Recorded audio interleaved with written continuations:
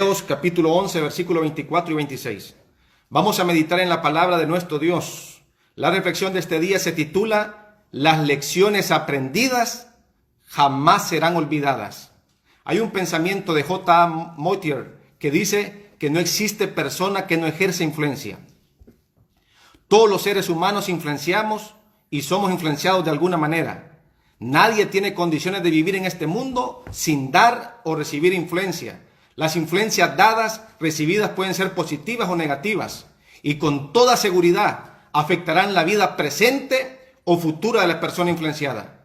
La Biblia nos habla de un hombre que en un determinado periodo de su vida tomó una decisión importantísima y gracias a una influencia recibida, a este hombre le fue bien. Veamos la historia de este hombre, Hebreos 11, 24 y 26. Por la fe Moisés, ya grande, rehusó ser llamado hijo de la hija de Faraón y eligió antes ser maltratado con el pueblo de Dios que gozar los deleites temporales del pecado. Y consideró que el vituperio de Cristo es mayor riqueza que los tesoros egipcios porque miraba el galardón. En estos versículos encontramos tres palabras claves. Número 1, rehusó. La frase traducida hecho ya grande significa literalmente siendo grande. Quiere decir que Moisés, cuando fue grande, tomó una decisión. Moisés había llegado a su primera y principal encrucijada cuando se hizo grande. Fue forzado a hacer una elección. Tuvo que decidir si permitía que los egipcios continuaran llamándole faraón elegido. Una decisión entre lo que se ve y lo que no se ve. Pero la elección la hizo con firmeza. Las escrituras dicen que él rehusó ser llamado hijo de la hija de Faraón. La segunda palabra, escogiendo. La palabra traducida como escogiendo viene de un término hebreo que significa tomar una posición. En otras palabras, Moisés llegó a esa encrucijada y tuvo que elegir una posición antes que pudiera ir a la derecha o a la izquierda. Moisés no dudó entre dos opiniones. Él reflexionó sobre su posición, llegó a una conclusión e hizo su elección. ¿Qué escogió? Escogiendo antes ser maltratado junto con el pueblo de Dios que gozar los deleites temporales del pecado. Número 3, tenía puesta la mirada. Es lo mismo que considerar. La palabra considerar nos ayuda a entender el razonamiento de Moisés. El término significa pensar con anticipación. Moisés vio lo que estaba delante, miró más allá de la encrucijada en el camino y permitió que su imaginación avanzara. Llegó a la encrucijada y comprendió que si continuaban llamándolo hijo de la hija de Faraón, si continuaban llamándolo faraón elegido, si continuaba acumulando esa fortuna y ganaba esos premios y la aclamación de ese pueblo, llegaría a un punto en que no le sería posible retroceder sin perjudicar a la nación o a su propia vida.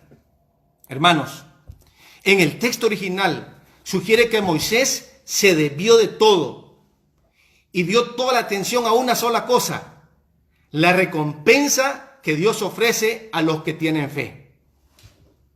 ¿Qué le sucedió a Moisés para que él rehusara ser llamado hijo de la hija de Faraón y eligiera ser maltratado con el pueblo de Dios y considerara la recompensa? Veamos de las aguas del Nilo al trono del Faraón. Moisés nació en un periodo muy difícil de la nación de Israel. José y sus enseñanzas ya habían sido olvidadas. Las tribus de Israel crecieron de manera asombrosa. Un nuevo faraón estaba en el poder y temiendo que el pueblo de Israel fuera a unirse a sus enemigos, ordenó que mataran a todos los niños del sexo masculino, a todos los niños que nacieran. La madre de Moisés, Jocabet, viendo que su hijo era hermoso, lo escondió por 3 meses. Y no pudiendo esconderlo más, preparó una cesta, la cubrió de betún y colocó al pequeño Moisés dentro de ella. Y la puso a la orilla del río Nilo. El río Nilo, hermanos, es considerado un río sagrado. Bañarse en las aguas del Nilo es bañarse para tener fertilidad.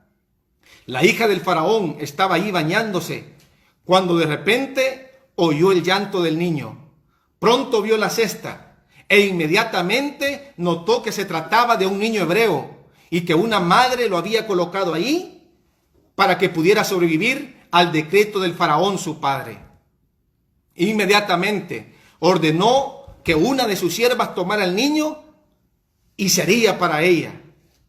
Los egipcios, queridos hermanos, consideraban al Nilo uno de sus dioses.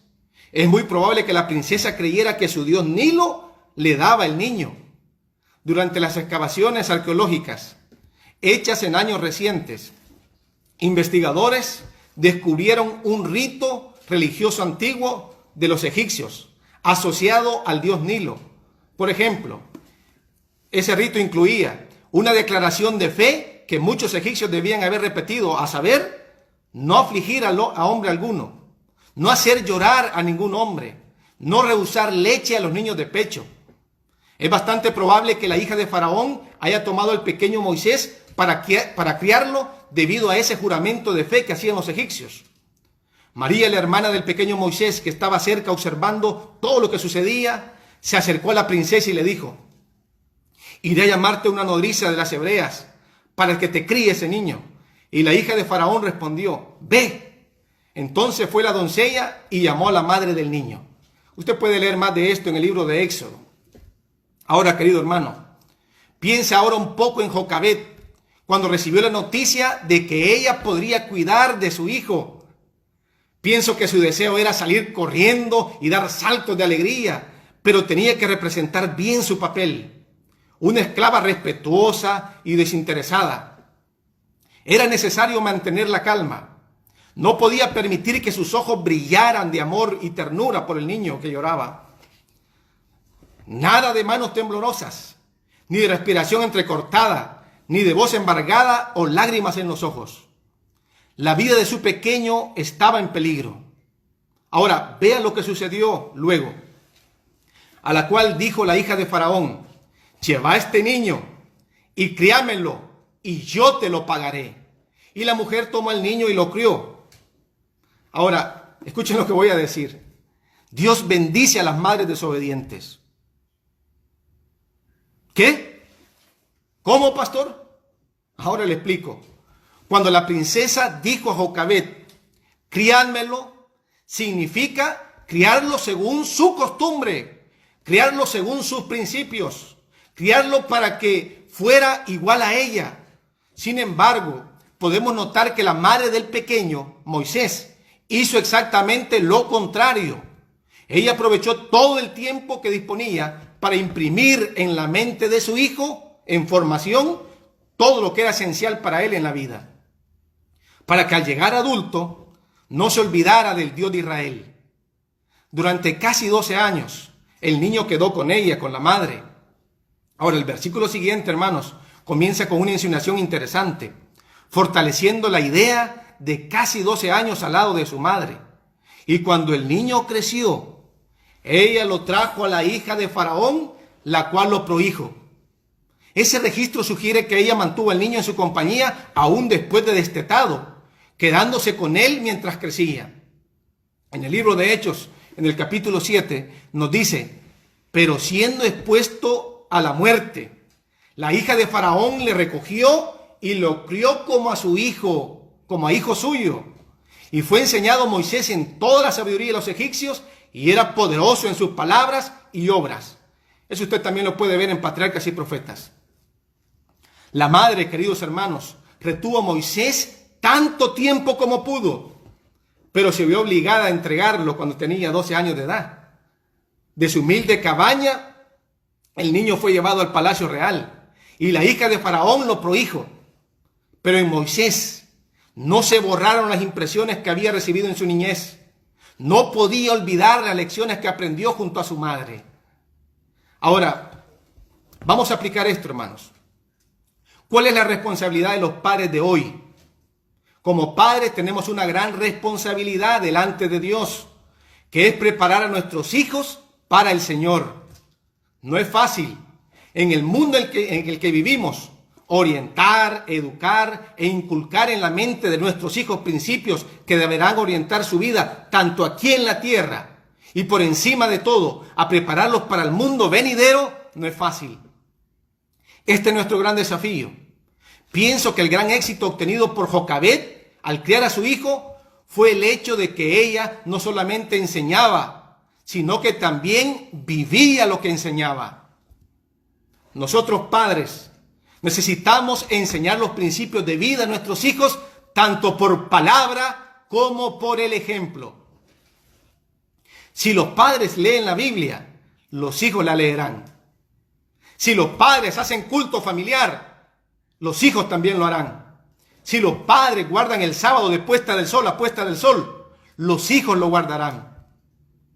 Si los padres siguen los principios de vida cristiana, como los principios de salud, los hijos, hermanos, también serán fieles en eso.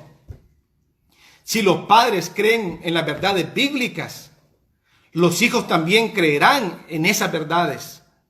Si los padres entregan ofrendas, los hijos también podrán hacerlo. Claro, si les dan algún valor para ofrendar al Señor.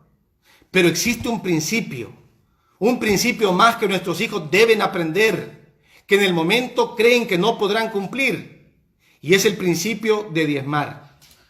Y alguien estará pensando en este momento, ¿cómo podrán diezmar si no tienen ganancias? Como padres, ¿debemos esperar que ellos crezcan y tengan entradas para entonces enseñarles a diezmar?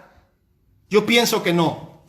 Nuestros hijos podrán aprender a diezmar si nosotros, los padres, entendemos la importancia de darles un dinero mensual. ¿Pero qué es eso?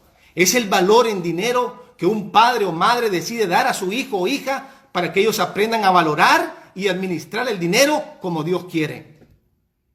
¿Cuándo comenzar con las mensualidades?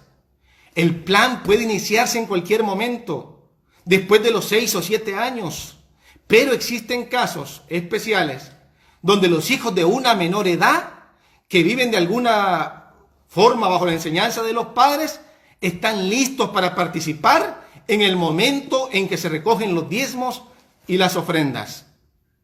Hermanos, la mensualidad no debe considerarse recompensa o castigo. La mensualidad no debe usarse como recompensa o castigo, claro que no. La práctica más común es utilizar la mensualidad como un incentivo para conseguir que obtenga buenas notas o estimular al hijo a tener un comportamiento mejor o más correcto. O puede ser un incentivo que uno dice, se lo voy a dar para que realice las tareas. No. Cuando se conoce una mensualidad como recompensa o castigo, se pierde el valor educativo.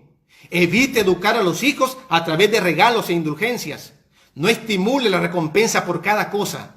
En el hogar cristiano leía que no se les debe sostener ni suministrarles dinero como si hubiese una provisión inagotable de la cual pueden sacar para satisfacer cualquier necesidad imaginaria. ¿Cuáles son las indicaciones, hermanos, para este sistema de mensualidades? Número 1. El sistema adoptado de mensualidades debe aplicarse al niño desde su infancia. 2. Debe ser razonable y a medida que el niño crece, ir aumentando en proporción. 3. Los padres deben ponerse de acuerdo con anticipación y enseñarle a los hijos que deben de separar primero los diezmos y las ofrendas. Después los otros gastos que la mensualidad deberá de cubrir. 4. A los hijos menores debe pagárseles semanalmente. 5. Una vez establecida la mensualidad, no se debe dar más dinero si el niño gasta todo lo que recibió antes del plazo determinado. 6. Se debe permitir que el niño tome sus propias decisiones en cuanto a los gastos. Más tarde, los padres podrán evaluar con los niños o las niñas las decisiones que fue tomando en el camino. 7. No se debe dar remuneración al niño por realizar tareas que fueron designadas.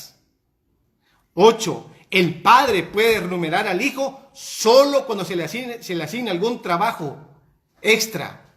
9. Se podrá estimular al hijo mayor a realizar trabajos extras para aumentar sus entradas. Y 10. Anualmente se debe hacer un estudio de los valores de las mensualidades. Hermanos, la educación de los hijos en el hogar es importante, especialmente en la fidelidad a Dios. Para comenzar esta parte educativa, quiero terminar mencionándole 4 pasos fáciles. El padre o la madre o el tutor decide dar una cantidad de dinero semanal o mensualmente a los hijos como mensualidad o asignación. 2. El padre, la madre o el tutor, con el dinero en manos, enseña al hijo cómo separar los diezmos y las ofrendas, y posteriormente el niño deberá hacerlo solo. 3. Los padres deben preparar 2 cofres, uno para el diezmo y otro para la ofrenda. Y antes que los niños depositen su diezmo y ofrenda, explicarles que el diezmo es una devolución a Dios, que ese dinero será usado para mantener a los predicadores de la palabra de Dios. Y las ofrendas son una expresión de gratitud a Dios y se usan en los gastos de la iglesia. Finalmente, hermanos, el padre tiene que invitar al niño a orar de rodillas a Dios para pedirle que acepte sus diezmos y ofrendas. Para terminar, la conclusión a la que podemos llegar: Moisés fue un hombre generoso, dedicado, firme de carácter, porque nunca se olvidó de las lecciones aprendidas con su madre cuando todavía era pequeño. En el libro de Patriarcas y Profetas se nos dice lo siguiente: las impresiones que en ese tiempo se hacen sobre sus mentes, cuando se es pequeño, que están en proceso de desarrollo, permanecerán a través de toda la vida. Los padres debieran dirigir la instrucción y la educación de sus hijos mientras son niños, con el propósito de que sean piadosos.